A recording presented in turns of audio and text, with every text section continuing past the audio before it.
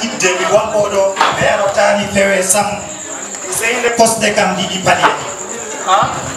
seyde kosɗe ɗiɗi fu yehi ɓeero reedu am ɗo jilli woodi ko paasi hakkunde am be voisin am hande ɗo ko paasi hakkunde am be voisin am ɗo o warti o tawi am miɗo jooɗi ha yonde noy voisin a wartina mi warti oɗo jogi ni payanga me geɗɗa goɗɗo wiyamna ɗum o baali o warti o yehi sodgo mbaala 20 000 o heɓay kanko ka o soodi fayande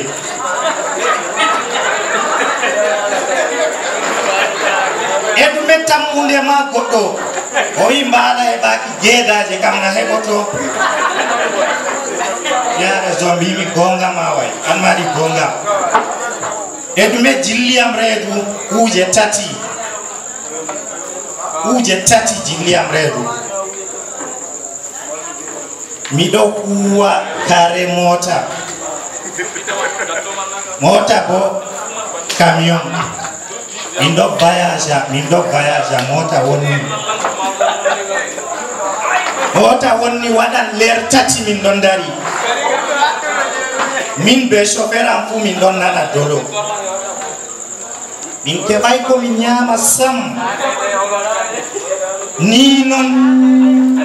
mama feere wanti tap noy ɓikkonam waɗa mota wonniyaɗo leer tati min ɗon dari on ñaami bo min taɓɓiti wallahi min ñaamay sam aɗo ka wala probléme ha mi ya saare miɗo wara jotta mama dilli saare tap mama lori be tasawo maɓɓitin mi nebban kam ha soɓɓundu accam tan mi faɗɗan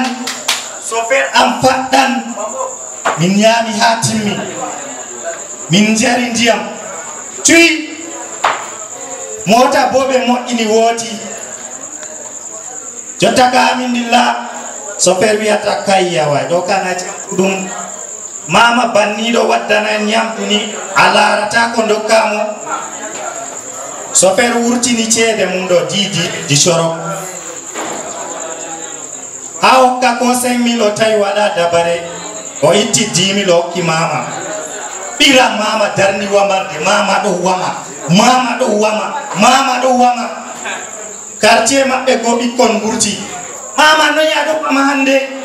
mama wi paturu gotel boro 10 to an kam a wamatana ase mama ñamni min patu min anda ko dabare chauffeur tutan loƴo ɗum ɓurtatako wala probléme en dilla banni koddiranade nande min engage min aji yuttago o wi jotta kam ndamay nama ha to lallelle kusel paati ɗo kusel ɗo bisimilla min nasti ha danki may nama tawi je tuwami ɗo tawi min ƴakki min bonayi kadi ganmi ɓernde tawi je 2000 patron waɗi tuwami la waɗi 2000 na habdi o tawi je 2000 min ɗo ƴakka rawandu ɗo waali mi sakkina rawandu hocata jaftumi mbimi beero maynama man an kam noyi amma a ƴaggi rawandu ɗo way amin maru watto an ɗo sakkina rawandu ɗo taɓɓito yeyi an ka bilkijo na ɓimomi noy fayil goɗɗam o wi an a ñaman bandiko mana noy mi ñaman bandiko am bo wi rawandu ɗo na bandiko mako on mi wulina fi Allah rawandu looti patu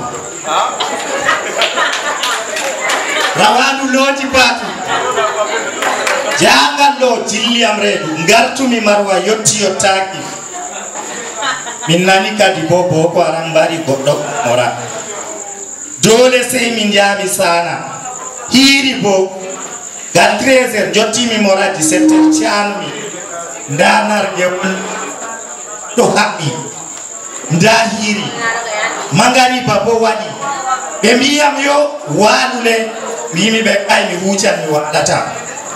jami tas mi heɓay mota ngarmi ha tasa mi heɓay mota ngurtimi dow gol goudron kat feere ɗo naɓi ƴiite wara ndarnumi mota kat ɗo dari wimo beero min kam hunde ɓuri sembe ndanar gewol ndama ngari ba waɗi ndami heɓay mota useni kooti am ne ɓe mbiya yeeso heeɓi to nastan ha ɓaawo kam bisimillah ndarmi dow ndarmi les taw mi jotta kam ko dabare sey mi nastanan noon ha ɓaawo man wimo mi nastan ha ɓaawo ngarmi ha mi waɗɗo tawmi serkey lorimi ɓaawo wimi wayyo Allah hande bo be serkey nastuno ndanarge o ndama ngari bano gatta nastumi ɓaawo kat oɗon nami yite ndiyam yoofi ñande man bo mali malɗoje ɗo bandelaɗe ram a wiyan gradie toɓata noy gaɗanmi jotta kam mbimi accu mi nasta nder serkey ɗo to wala ko woni ton maɓɓitinmi serkey tawmi wala ko woni ton nastumi nder serkey mbalimi ni mota ɗo dogga yimɓe feere tato giɗi wartugo ɓe darni mota dari o wiɓe bana jeyam go to on nastan ha ɓaawo kam bisimillah ha yeeso kam babal wala ɓe nasti ha ɓaawo ɓe ɗon gewta haala boko haram haala corona haala ɗume bo miɗo waali nder serkey ndiyam helti gulɗum fuɗɗi ɓe ɗon gewta ɓantumi serkey mi yaɓe wurto nanmi ɓe ngaɗi siriu dornumi mota doggi gullum ɓuri sembe maɓɓitinmi serkey ɓiraɓe jibi rap diwgo o dilliɗo ɓe jeeyi ɓe kawti ɓe doƴƴi ha to so ferwi giiɗo ɗum yimɓe kedduma ko wi gayi ɗum baɓatti tappata bitir o wi loroɗen ɓe lori faat ɓe ngari ha yimɓe doƴƴi oɗo waali o nawnake ummimi min bo an on waɗi banni ɓe ɗon dara ɓe kana waran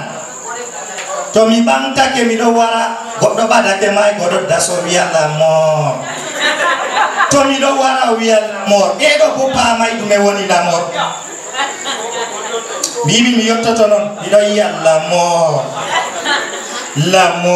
gon mbiya dogga lamor on banɗi kadi salamu aleykum